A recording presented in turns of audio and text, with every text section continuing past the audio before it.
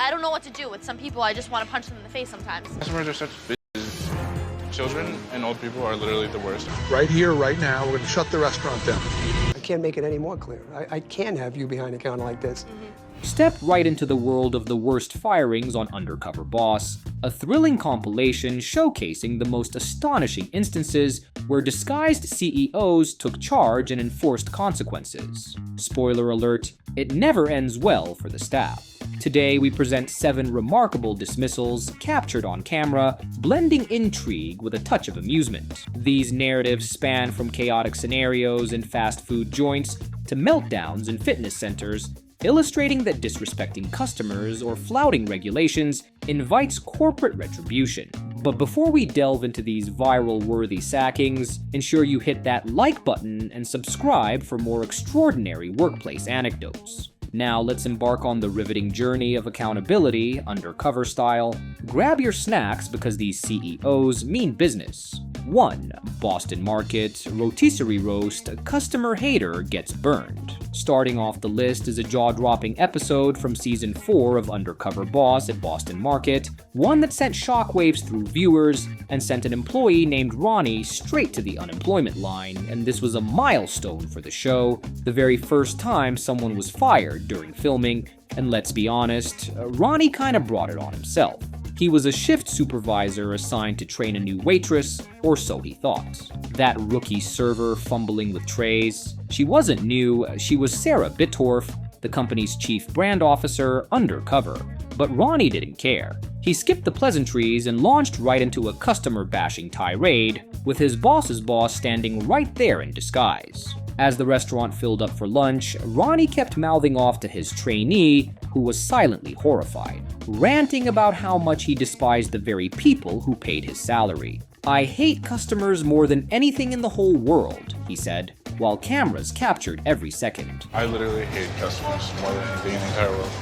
He ranted that guests were selfish and entitled, complaining, "It's always about them, they want everything." This was national television, and Ronnie was burning his own career on camera. The irony, he worked in hospitality. Meanwhile, Sarah stayed undercover as best she could, though her expression grew increasingly stunned with every venomous word. As someone who takes pride in guest satisfaction, she was visibly shaken. At one point, she had to walk away just to cool down. "I can't let this go unchecked," she told producers, her voice tight with anger. Then came the big reveal. Sarah pulled Ronnie aside, dropped the act, and told him who she really was. His face reportedly turned pale as he realized the woman he'd been trash-talking with was a top executive.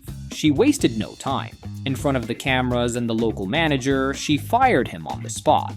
If there are no customers, there's no business, and if there's no business, you don't get a paycheck. Without the guests in there, we don't have a business, and you don't have a paycheck, and neither do I. She said coldly, burning him harder than anything in the rotisserie. The decision was swift, and the internet later praised her for it.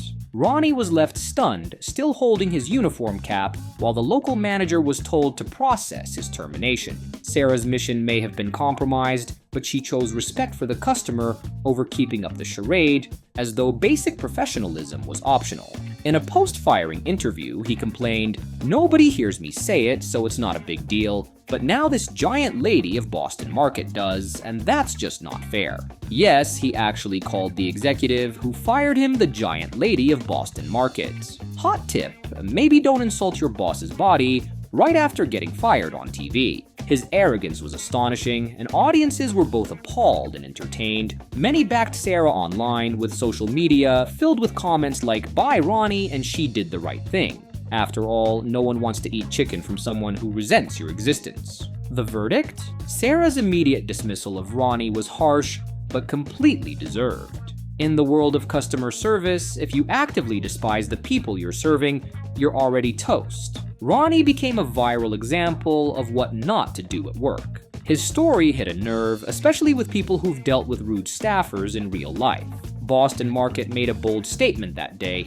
Customer disrespect is a fireable offense. Ronnie's meltdown earned him a place in the Undercover Boss Hall of Shame and a permanent vacation from the fast casual food scene. He was roasted, toasted, and thoroughly done. Stick around, it gets even wilder. You've seen employees fired for ranting and rule breaking, but our next entry takes things to a whole new level. Coming in at number 2 is an incident so over the top, it blew up online. 2. Checkers and Rallies, check yourself, you're fired. Coming up next is the now infamous face-off at Checkers and Rallies, Season 3, a confrontation so intense, it's still etched in fans' memories. This wasn't your average termination, it wasn't just an employee getting canned, it was a manager getting so out of line that the undercover CEO brought the hammer down mid-shift. That CEO, Rick Silva, the villain, a general manager named Stevens. This episode raised the bar for on-screen firings to new heights, literally closing an entire restaurant during dinner service. Let's break down how it all unfolded. Rick Silva went undercover at one of his Florida drive-ins, working the fryers and grill like any new hire. Right away, he could sense the atmosphere was off. The staff seemed tense and wary. The reason? Their general manager, Stevens, ruled with an iron fist. One employee, Todd, confided that Stevens routinely screamed at them and had even threatened physical violence if they didn't hustle harder. Yes, you heard that right. He was more drill sergeant than manager, using fear to control his crew. Rick got a front row seat to this toxic leadership when he began training with Todd. Stevens berated Todd mid-shift for talking too much and later snapped at Rick too. Sir! The kitchen tension was thicker than one of their thick-cut shakes. The situation boiled over when Rick, still undercover, brought up Stevens' behavior. That's when Stevens lost it. During a confrontation outside the store, he lashed out, "I'm not going to let you accuse me of mistreating my staff." But I'm not gonna let you continue telling me I'm disrespecting my crew. Do you even know anything about the fast food industry? The irony? He was barking at the company's top executive. Rick tried to play dumb. "No, I've never worked in food before." No, I haven't. But Stevens kept digging his own grave. He justified yelling as necessary and belittled Rick's supposed inexperience. That's when Rick had enough. The time for pretending was over. Looking Stevens dead in the eye, Rick dropped the act. "I'll be real with you. I've been in this business for over 2 decades. I'm the CEO of Checkers and Rallies." Boom. I have been in the restaurant business for over 20 years. I'm CEO for this company. The reveal didn't happen back in a boardroom. It happened in the parking lot, with grease still on their clothes and cameras rolling. Stevens was visibly stunned, frozen mid-rant, as Rick delivered the gut punch. "We're closing this location. Right now." And he meant it. Right here, right now, we're going to shut the restaurant down. Rick shut the whole restaurant down, sending the entire team home. The shift was over, permanently. Talk about executive power. The staff, especially Todd, looked like they'd just seen Batman take off his mask. In a way, their CEO had just swooped in and shut down a villain. Now you might be wondering, wait, was Stevens officially fired right then? Technically, Rick said he was sending Stevens for retraining and removing him from that location. But let's be honest, everyone knows that's code for don't come back. The restaurant reopened the next day with a new manager, and Stevens was out. For our purposes, that's a very public pink slip. The move earned Rick major praise. I mean, how often do you see a CEO shut down their own store to defend staff morale? Viewers went wild, social media blew up with reactions like, "Rick Silva is the real MVP," applauding how quickly and decisively he acted. After all, a manager threatening violence is a lawsuit waiting to happen, not to mention a huge morale killer. What made this moment truly unforgettable was the dialogue. When Stevens tried to call out Rick's inexperience, the dry "I'm the CEO of this company" reply was straight up iconic. Millions watching at home probably shouted "gotcha" in unison. It became one of the most talked about moments in the show's history. News outlets even covered it, calling Rick's reaction a prime example of executive leadership done right. One article summed it up perfectly. Silva was so appalled by the abuse that he ditched his disguise and closed the place down. Rick later explained that there was no way he could let his employees continue working under those conditions, and he meant it. In terms of intensity, this wasn't just about someone being rude, it was about standing up to a toxic workplace. Rick Silva didn't just fire someone, he made a bold statement. Stevens wasn't just removed, He was humiliated on national television by the very man signing his checks. And unlike some other terminations on this list, this one had zero controversy. Viewers rallied behind Rick like he'd just served justice on a platter, and a villain getting exactly what he deserved. As Rick put it before walking off, "We're done here." And just like that, Stevens was off the menu. 3. Retro fitness. Gym rant gets jacked by the CEO. Muscling into the number 4 spot is one of the most jaw-dropping firings in Undercover Boss history, Retro Fitness Season 4. Enter Jacqueline, a front desk manager who treated the gym like her personal soapbox and delivered a customer service meltdown for the ages. Her audience? None other than the undercover CEO, Eric Casaburi. If bad attitude were an Olympic sport, Jacqueline would have set a new world record. She believed she was mentoring a clueless newbie named Barry.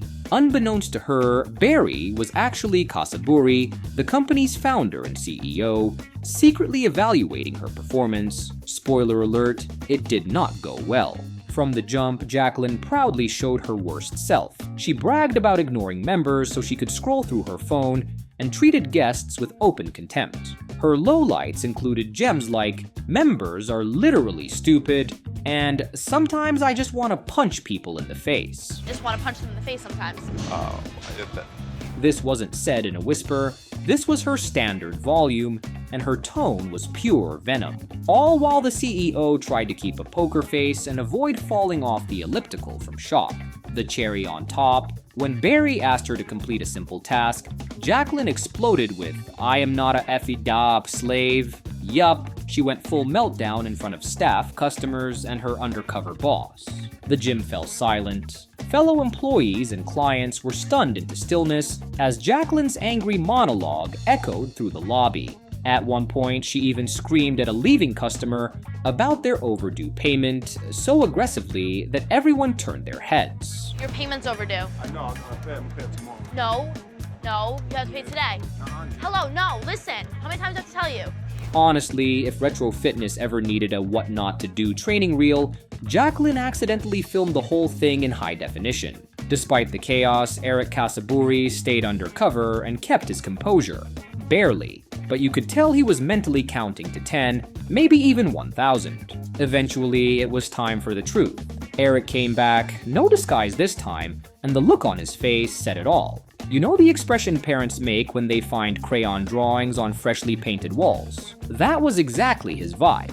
He even brought along the franchise owner, Bob, to help deliver the verdict. Together, Eric and Bob sat down with Jacqueline and laid everything out.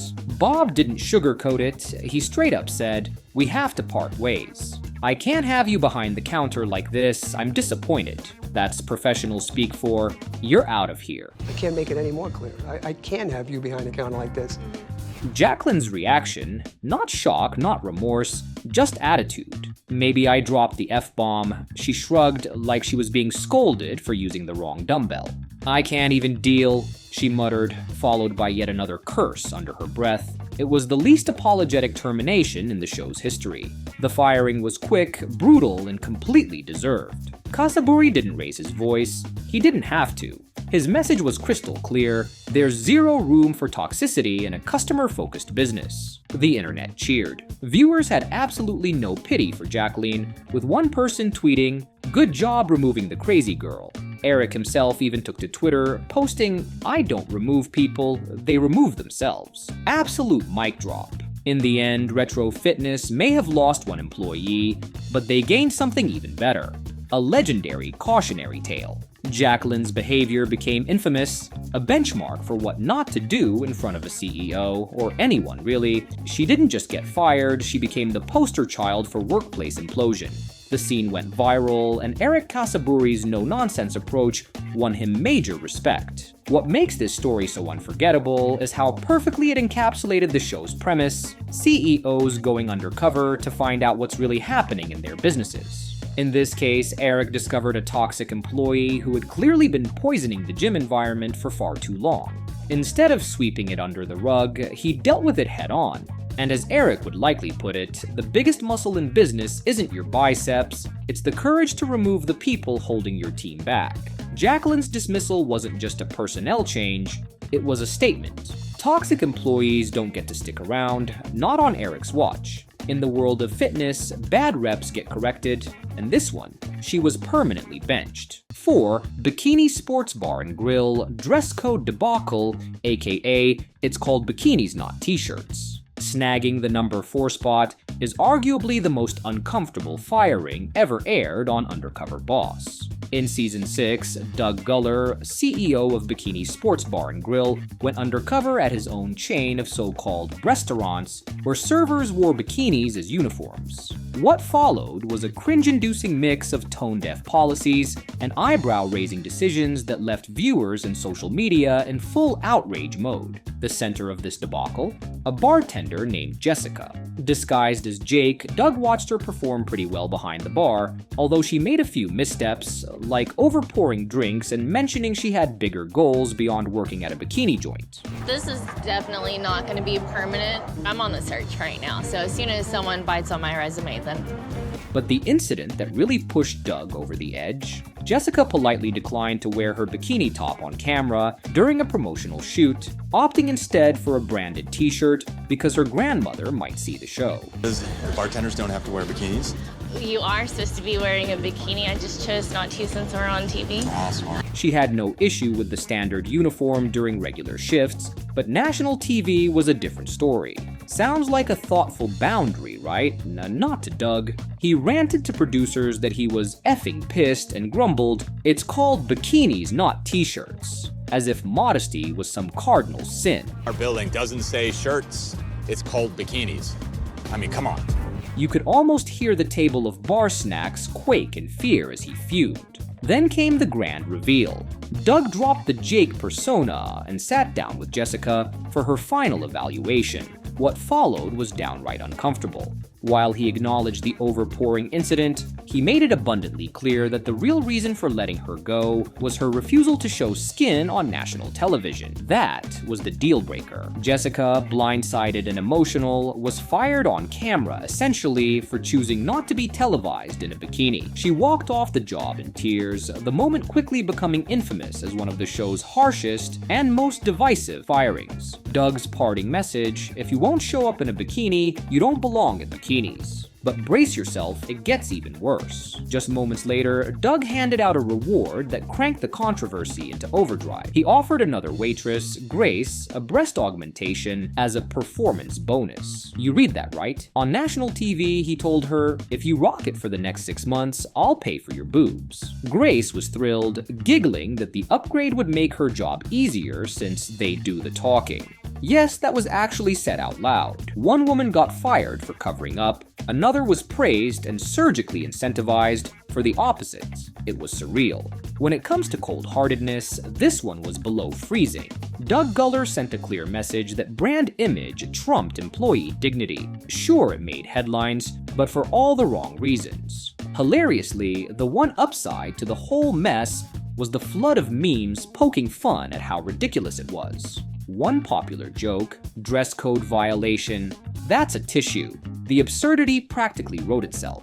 In the end, Jessica walked out with her self-respect and the overwhelming support of the audience, while Doug walked into a public relations dumpster fire. It's the kind of moment that lives in internet infamy, cringeworthy, frustrating, and unintentionally hilarious in its backward logic. The takeaway: don't run a so-called family-friendly business if your idea of leadership involves punishing someone for choosing modesty, especially on network television at 8 p.m. Out of all the terminations in Undercover Boss history, this one may not have been the most violent or profane, but it was easily the most controversial. This story won't be forgotten anytime soon. It's a bizarre cocktail of workplace drama, personal ethics, and corporate absurdity, served with a side of nachos and bad decision-making. 5. This Model's Sporting Goods, no game for this player. Taking the number 5 spot is a retail train wreck straight out of Undercover Boss Season 5, featuring Model's Sporting Goods. CEO Mitchell Model went incognito, hoping to uncover hidden talent among his frontline employees. Oh my God. I'm going undercover because... What he found instead was a major foul, a staff member whose attitude was anything but team spirit. This employee had no clue that the quiet, awkward new hire beside them was actually Mitchell himself, the CEO of the century-old family business. Picture this: Joe the trainee, aka Mitchell in disguise, standing by while a disgruntled employee shamelessly griped about customers, mocked their questions, and slammed the store's prices and reputation. "Our stuff's overpriced," the employee sneered, adding, "This place is a joke." Well, you have no adult pants? I don't have any adult pants. None. Again, the redheaded stepchild. As if that wasn't enough, they tried to pull Mitchell into the negativity. Right? Isn't this place ridiculous? Mitchell kept his cool and played along, just long enough to confirm what he was hearing. But under that wig and mustache, you know he was seeing red. It's hard to imagine a better way to get fired than trash-talking your company to the owner on national television. When the masks came off, so did the gloves. Mitchell reappeared in full CEO mode, looking sharp and sounding sharper. He didn't sugarcoat it. The employee's attitude was unacceptable, plain and simple. He laid down the law, Models was built on serving customers with respect, and anyone who insults shoppers, or the company itself, has no place wearing the name badge. It wasn't just a firing, it was a clean, swift takedown. The message: if you disrespect Models, don't expect to cash Models' paychecks. The employee looked completely blindsided.